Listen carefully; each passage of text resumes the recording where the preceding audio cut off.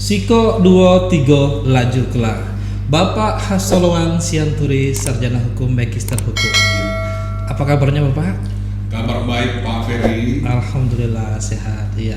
Selamat datang Bapak di Pengadilan Negeri Lubuk Linggau. Ya, kedatangan Bapak kali ini yang pertama ya Pak ya? Yang pertama Pak Ferry. Dalam rangka assessment, surveillance, akreditasi penjaminan mutu, betul Pak ya? Betul. Sebelumnya kami ucapkan terima kasih Bapak. Terima kasih. Di sela-sela kesibukan Bapak melakukan surveillance di PN Pengadilan Negeri Lubuk Linggau ini masih bisa menyempatkan waktu untuk bersama-sama kami di sini menjadi narasumber di podcast untuk episode kali ini. Sekali lagi kami ucapkan terima kasih Bapak. Boleh kami tanyakan dulu Bapak mengenai surveillance untuk hari ini Pak, apakah sudah selesai atau masih berlangsung? Ya, surveillance masih berlanjut. Ada rekan tim di sana. Tadi saya sudah mohon izin untuk ada kesempatan di sini kita ngobrol-ngobrol tentang pengalaman sebagai hakim, baik sebagai hakim dan mendapatkan tugas tambahan lain. Siap, iya. Baik Pak Sianturi ya, meskipun kedatangan Bapak hari ini dalam rangka bersama tim ya Pak ya, dalam rangka surveillance APM, akreditasi penjaminan mutu, namun pada kesempatan yang berbahagia ini kita berbicara sedikit bergeser dari topik itu ya Pak. Boleh. Kami selaku junior hakim-hakim di sini tentu ingin tahu banyak mengenai pengalaman Bapak selama menjadi hakim. Barangkali Bapak bisa menceritakan terlebih dahulu profil Pak Sianturi mulai dari sejak menjadi cakim sampai dengan saat ini Pak, silakan. Baik, terima kasih Pak Ferry ya, menjadi calon hakim di Jakarta Barat tahun 1987 dan hakim pertama di Pengadilan Negeri Gunung Stoli, Pulau Nias, dan beberapa kali mengalami mutasi dan yang berikutnya mungkin sudah bisa beberapa kali mutasi, tapi yang saya punya banyak pengalaman mungkin ada di beberapa pengadilan tertentu ya. Selain sebagai hakim ya, pimpinan mempercayakan beberapa tugas tambahan kepada kita. Begitu Pak Ferry. Terus tambahan untuk ke PN-PN di bawah PT yang bersangkutan ya Pak ya? Iya. Ini surveillance yang untuk tahun ini, untuk kali ini setelah ataupun sebelum Lubuk Linggau, apakah sudah ada terlebih dahulu atau setelahnya ada kunjung lain Pak, kedatangan ke PN lain? Di wilayah hukum Pengadilan Tinggi Palembang, ini yang pertama. Ini yang pertama. Ya, karena sebelumnya pernah melakukan hal yang sama di wilayah hukum Pengadilan Tinggi Jambi. Gitu ya. Kalau di sini Bapak informasinya masih baru ya Pak, artinya baru mutasi dari PT Jambi ya Pak, betul seperti itu Pak? Iya, iya. Tapi tentang Pengadilan Negeri Lubuk Linggau sebenarnya bukan hal baru, walaupun yang pertama sekali menginjakkan kaki baru yang ini Pak Ferry. Nah, tapi kebetulan saya pernah bertugas di wilayah hukum Pengadilan Tinggi Palembang, tepatnya di Pengadilan Negeri Batu Raja. Betul aja. Nah, jadi tidak asing lagi karena ketika ada rapat di Pengadilan Tinggi, ya kita seringkali bertemu dengan ketua pengadilan dari Lubuk Linggau di Pengadilan Tinggi Palembang. Jadi Lubuk Linggau bukan sesuatu yang asing atau lain, tetapi sesuatu yang sudah akrab, familiar untuk saya. Iya. Apalagi saya pribadi mendengar kata Batu Raja itu Pak, Bapak pernah menjadi ketua di situ ya Pak ya? Pernah Pak Ferry. Saya pribadi juga ini Pak, karena saya juga pernah bertugas di situ kebetulan Pak. Oh betul ya? Betul. Sama ya? Berarti kita alumni ya? Alumni Pak. Cuma bedanya Bapak alumni ketua, saya masih hakim biasa Pak. Oh iya. Gitu. Baik, kalau saya melihat dari berita online Pak Sianturi, saya juga sempat melihat di TV-TV, khususnya di beberapa kasus. Bapak pernah tugas di Jakarta Utara ya Pak ya? Iya. Saat itu kasus yang paling besar kasus Ahok kalau tidak salah ya Pak? Iya, ada kasus Ahok, ada kasus lain. Iya, baik. Di kala itu Bapak kalau nggak salah sebagai humas dari kasus dari pengadilan tersebut ya Pak ya? Betul. Nah, gimana sih Pak kira-kira hiruk pikuknya saat itu? Bapak selaku humas tentunya dikejar-kejar oleh para pewarta, baik media cetak maupun media elektronik. Apalagi saat itu kita melihat bahwa kasus Ahok itu betul-betul menjadi highlight Pak setiap hari dalam beberapa bulan. Mungkin bisa bercerita Pak bersama kami. Ya, ini ada hal yang menarik ya. Sebelum saya bertugas di Pengadilan Negeri Jakarta Utara, saya ditelepon oleh pimpinan Pengadilan Negeri Jakarta Utara supaya segera menjalankan tugas di Pengadilan Negeri Jakarta Utara. Dan setelah saya sampai di sana, saya bertemu dengan Ketua Pengadilan Negeri Jakarta Utara, yang sekarang beliau Wakil Ketua Pengadilan Tinggi di Ambon, Pak Lilik Mulyadi. Lilik Mulyadi, ya. Dan wakilnya Ibu Ipa Sudewi. Okay. Dan mereka memberitahu bahwa sesuai dengan SK Ketua Pengadilan Negeri, saya sudah ditunjuk sebagai seorang humas, ya kan, dan sebagai hakim majelis, ya kan. Jadi saya pun terheran-heran kok belum sampai sudah ditunjuk sebagai humas Pengadilan Negeri Jakarta Utara. Nah, itu pengalaman saya. Nah, jadi ya tentu ada tanggung jawab, ada kewajiban, ada tantangan sebagai seorang humas. Baik,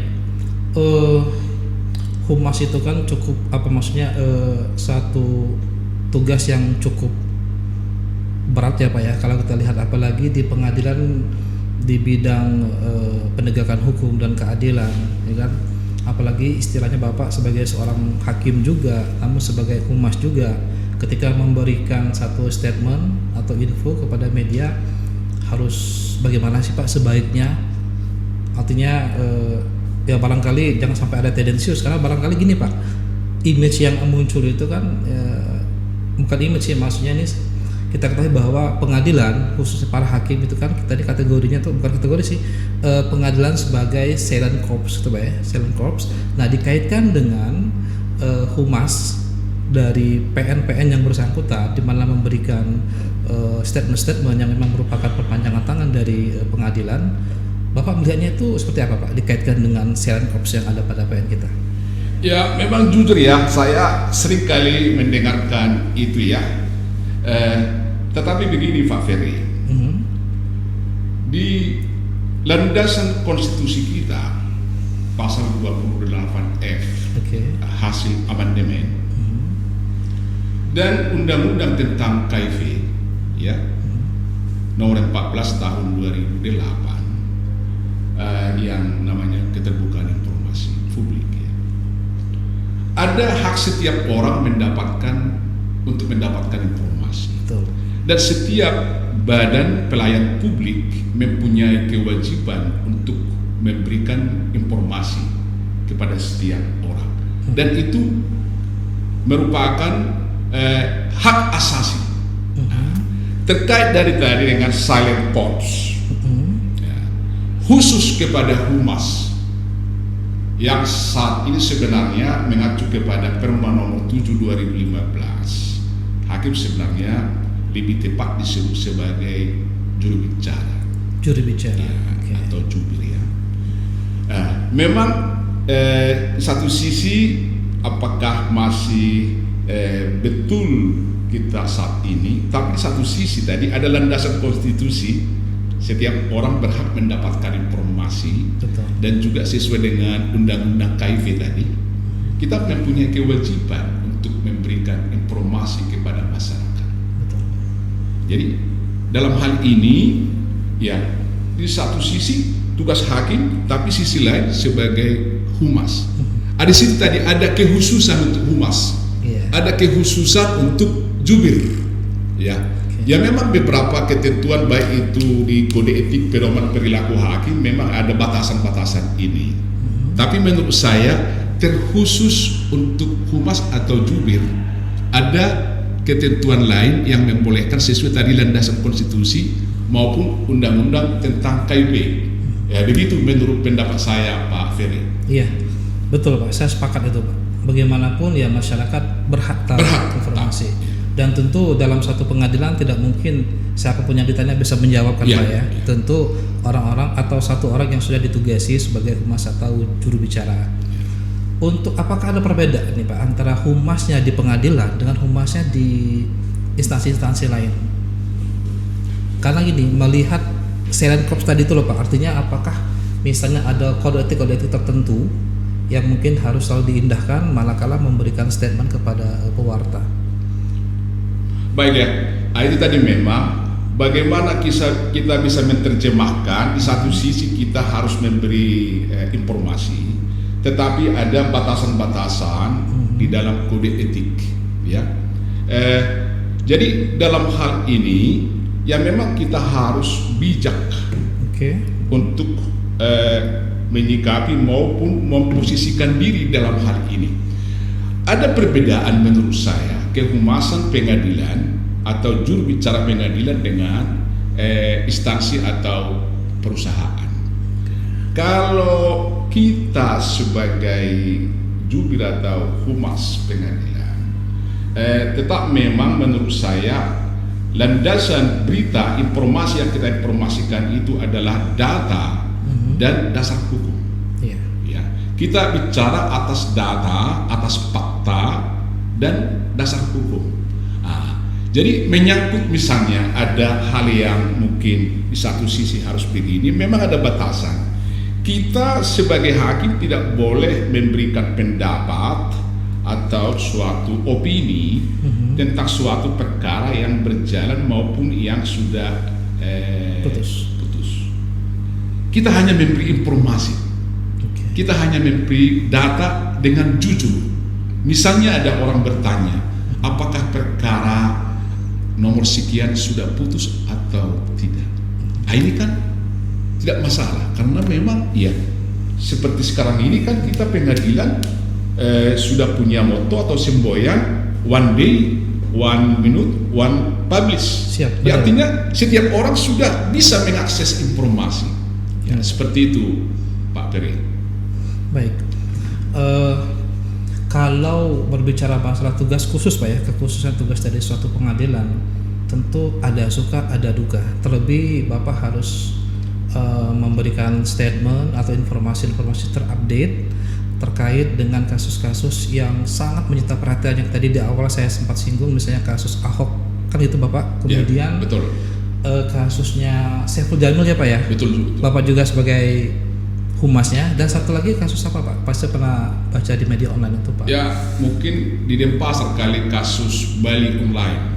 Bali online. Bali online, artinya ada Bali online. Ya, Bali ada 9 orang terpidana, di mana permohonan gerasinya ditolak oleh Bapak Presiden, sehingga tidak lama kemudian terpidana sudah harus menjalani putusan sesuai dengan yang ditentukan oleh majelisnya.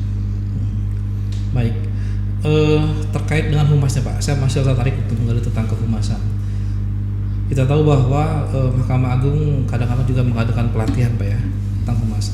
Terkait dengan pelatihan-pelatihan seperti itu, Bapak melihatnya seperti apa? Artinya apakah memang sudah relevan? Artinya memang materi-materi yang pernah diajarkan itu memang sudah cukup relevan, karena terkait dengan semakin berkembang ya, semakin berkembang kasus-kasus yang ada di pengadilan negeri, kemudian juga apalagi sekarang ini semuanya jarak secara online Pak ya, masih secara online dikarenakan pandemi.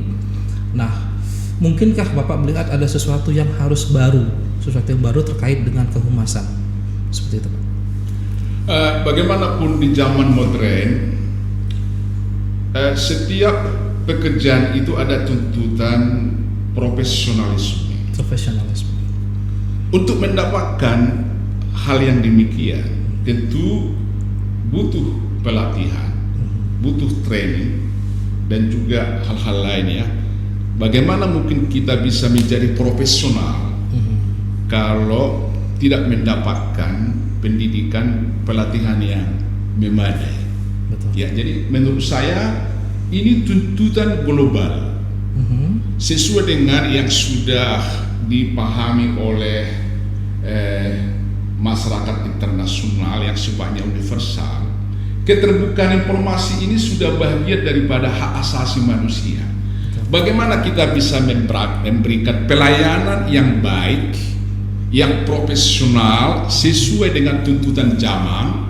Ya menurut saya ini sesuatu keharusan menurut saya ya. Dan yang saya dengar Mahkamah Agung sudah punya program untuk ini. Ya kita tunggu saja nanti ada kesempatan. Saya pikir Mahkamah Agung saya sudah mendengar sudah punya program untuk melakukan pelatihan-pelatihan kepada hakim-hakim yang punya kompetensi dalam bidang ini. Nah, ini yang saya lihat. Dan semoga Bapak menjadi salah satu dari widya suaranya, Pak ya. Karena pengalaman Bapak kan saya lihat sudah ya cukup mumpuni Pak ya untuk menjadi pemateri atau widya suara dari kehumasan. Kira-kira apa sih Pak tips-tipsnya untuk bisa atau mungkin seperti persiapan-persiapan apa yang sudah harus kita lakukan sebelum Bapak biasanya menghadapi ataupun memberikan statement atau informasi kepada awak media, dan idealnya humas itu harus seperti apa sih Pak? Silakan Pak. Sekali lagi jujur ya Pak Beri ya, memang tipsnya sebenarnya hanya bersifat otodidak ya, tidak ada pengalaman ya, tidak ada ilmu yang saya peroleh, hanya saja namanya media, konsumsi publik, diperlukan tingkat ketelitian, kehati-hatian dalam menyampaikan informasi. Tapi yang kita sampaikan itu harus informatif. Dasarnya apa? Tentu fakta, bukan fiksi. Betul. Ya, data dan regulasi, dasar hukum. Dasar hukum. Jadi karena dasar ini, sebelum saya wawancara atau saya dihubungi seorang rekan media dari salah satu media, telepon, Pak Sianturi, boleh kami wawancara terkait ini? Ya. Jadi saya memang Pak Ferry selalu menyediakan waktu untuk wartawan karena saya tahu itu adalah kewajiban. Betul. Tapi saya harus menyesuaikan waktu sidang dan berbagi waktu dengan media. Saya tanya masalah apa? Pertanyaannya nanti seperti apa? Oh ya, baik kalau begitu. Kalau ditanya masalah penahanan ini contoh ya, ya tentu saya kembali buka referensi saya KUHP supaya nanti tidak salah. Betul. Saya buka referensi tentang KUHP, alasan subjektif, objektif, penahanan. Kalau saya ditanya mengenai suatu kasus, saya buka juga ketentuan atau regulasi yang terkait dengan itu. Kemudian saya mempersiapkan diri dengan baik. Ya, nah, jujur ya, ada hal kecil tapi agak apa ya? Ya tentu saya harus kembali datang untuk di hadapan cermin. Ya siapa tahu mungkin wajah kita berkeringat, kita cuci dulu ya. Betul. Ya namanya berhadapan dengan kamera ya. Berhadapan dengan kamera ya. Betul. Kita sisir rambut. Ya, paling tidak ada sedikit kita minum air putih. Kita persiapkan, kita relax. Baru kita siap untuk diwawancarai. Dan salah satu memang pengalaman, ya kita harus menunjukkan bahwa kita adalah pemberi informasi yang baik. Betul. Kita harus merangkap seperti kita butuh informasi, ya. Artinya seperti saya butuh informasi, saya menginginkan ya kita berikan sebaik mungkin informasi dan tidak boleh ada yang ditutupi. Tetapi kadang kita harus diplomatis. Diperlukan juga cara kita mengolah data sehingga penyampaiannya lugas ya, tapi informatif. Kemudian kita harus sopan santun ya, berhadapan dengan siapa saja pun, baik wartawan atau masyarakat, kita harus menunjukkan bahwa mereka orang yang patut dihormati. Betul. Jadi ada fair-fairnya, ada persiapan. baik fisik, mental, dan persiapan data, persiapan regulasi. Itulah tips yang saya sampaikan. Bahkan saya juga melatih untuk bagaimana memberi suara atau artikulasi suara sehingga jelas. Tidak lagi ada pertanyaan yang berulang. Karena kita sudah bisa memberi informasi yang jelas. Jadi sangat jarang ada pertanyaan yang berulang. Karena kita tadi menyampaikannya dengan pelan, tegas, dengan artikulasi ya. Mohon maaf ini artikulasi orang Batak ya.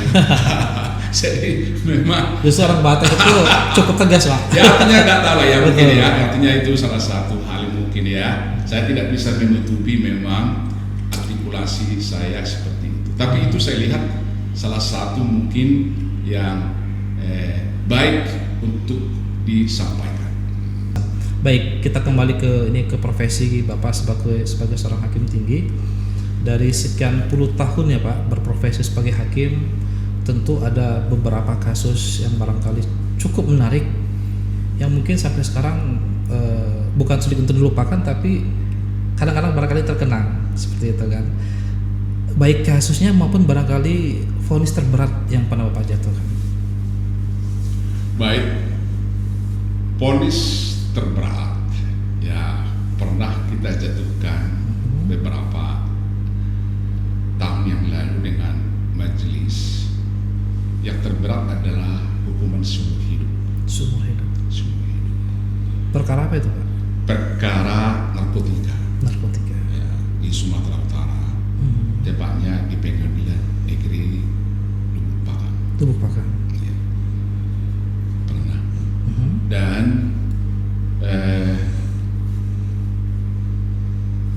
kemudian baru perkara terkait dengan pasal 340 KUH pidana ya. Perkara pembunuhan berencana.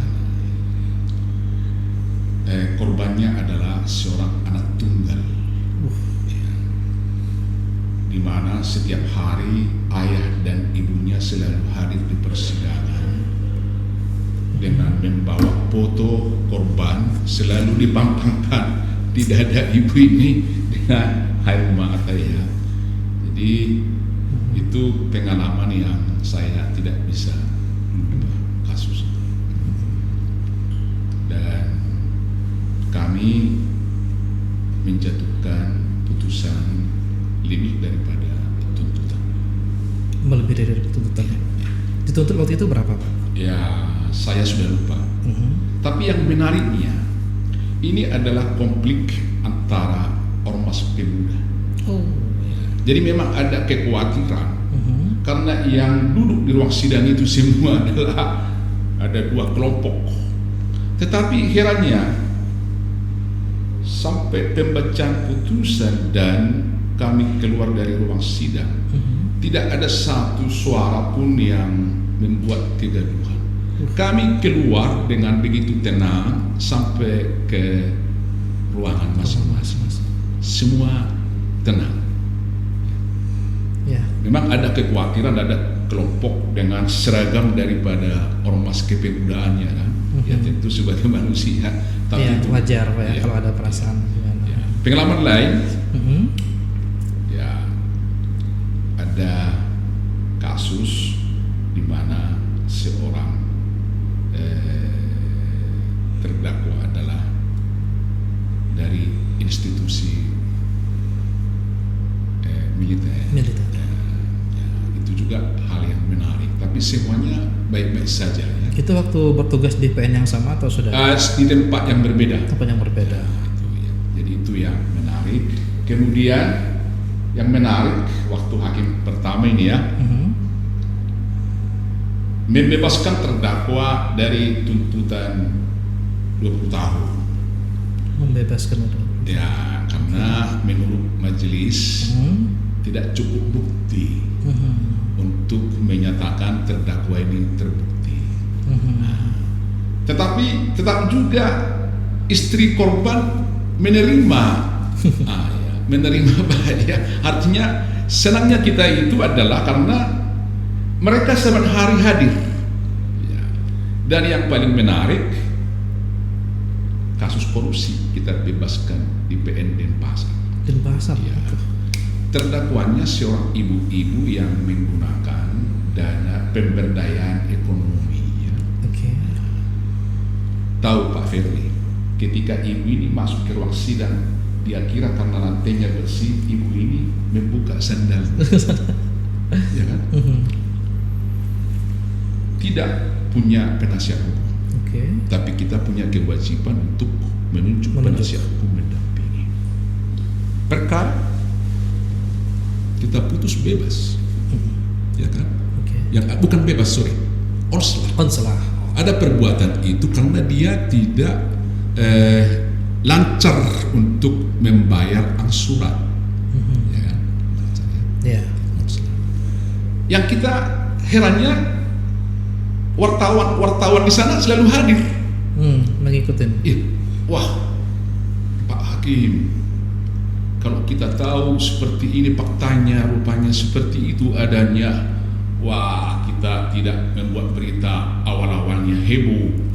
Ternyata itu faktanya. Jadi kalau kita bekerja secara profesional, artinya kita putus bebas pun, atau kita putus onslah pun, bisa diterima oleh masyarakat, termasuk rekan media. Yang ini pengalaman saya, Pak Ferry. Artinya memang keadilan ada di situ, Pak. Ya. Keputusan itu ada di situ. Bayangkan aja untuk masuk ke ruang sidang itu, buka sandal dan tidak mampu membayar seorang penasihat hukum, kita tunjuk. Ya. Betapa bahagianya ibu ini ya. Ya. Artinya media di sana tidak ada membuat berita yang misalnya yang membuat citra kita itu buruk. Ya. Betul. Jadi kita ya senang-senang aja. Ya. Wah, malah ada rekan media. Waduh, terima kasih Pak. Kasihan itu Pak ya. Nah, seperti itu yang kita terima. Itulah memang kita harus memutus sesuai dengan fakta ya, Pak. Fakta Hukum, sehingga keadilan yang memang merupakan garda terdepan yang harus kita perjuangkan itu bisa terwujud ya. Sebetulnya kami ingin berlama-lama lagi Bapak bersama dengan Bapak, mendengar pengalaman cerita dari Bapak, juga menimba berbagi pengalaman, juga mendengar cita-cita yang barangkali di luar sana juga ingin sekali tahu juga seperti kami, sangat menarik sekali yang seperti itu. Namun barangkali waktu tidak cukup lebih lagi untuk kita berbicara, mengingat Bapak juga masih ada tugas untuk melakukan surveillance.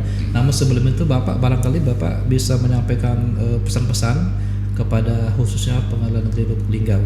Silakan Pak. Terima kasih, saya mengapresiasi ya banyak capaian-capaian di Pengadilan Negeri Lubuk Linggau ya. Satu di antara 3 satker wilayah hukum pengadilan tinggi Palembang yang mendapatkan predikat WBK dengan nilai akreditasi penjaminan mutu yang menurut saya sangat luar biasa ya, dengan skor 725. Betul. Yang sebelumnya 705 ya, ada 20 poin ya. Luar biasa itu lompatan ini ya. Jadi saya sangat mengapresiasi. Kemudian saya melihat sekeliling Pengadilan Negeri Lubuk Linggau ini, menurut saya sudah melangkah maju. Beberapa inovasi-inovasi yang saya perhatikan, dan yang lebih hebatnya menurut saya ya, Pengadilan Negeri Lubuk Linggau ini mempunyai tim media yang menurut saya sudah menonjol ini di antara beberapa pengadilan negeri ya. Terima kasih. Saya tanya, ada SK-nya ya, ada SK tim media, dan juga sampai acara seperti ini bisa dibuat seperti ini ya. Saya kira ini bisa menjadi percontohan ini untuk rekan-rekan di pengadilan negeri yang lainnya. Jadi saya sangat mengapresiasi ya capaian-capaian kepemimpinan, sinergitas, kekompakan pimpinan dengan semua aparatur sipil negara yang bertugas di Pengadilan Negeri Lubuk Linggau ini. Iya, terima kasih Pak. Jadi memang salah satu tujuan kita adanya tim media itu Pak untuk kelancaran dari pelayanan kepada masyarakat, kepada pencari keadilan. Mengingat PN Lubuk Linggau ini ada 3 wilayah hukum yang jaraknya cukup jauh-jauh sekali. Betul, ya. Ya, apalagi mungkin Bapak juga sudah mengetahui kita ada aplikasi terbaru seperti Silampari. Nah, itu memang sangat mempermudah bagi masyarakat di 3 wilayah ini, Pak. Sekali lagi terima kasih Bapak Syanturi sudah menjadi narasumber kami di podcast kali ini. Ya, terima kasih. Terima kasih juga atas pengalamannya, Pak. Tadi sangat berharga sekali. Semoga dapat menjadi acuan bagi kami hakim-hakim muda supaya nanti kelak ya siapa tahu nanti bisa menjadi hakim tinggi juga seperti Pak Syanturi. Amin. Amin. Amin. Terima kasih Bapak. Salam buat keluarga Bapak ya. Terima kasih. Kalau sudah sampai di Palembang, sampaikan juga salam kami untuk bapak kami yang ada di Pengadilan Tinggi Palembang. Terima Terima kasih. Terima kasih. Siko 2 3 close.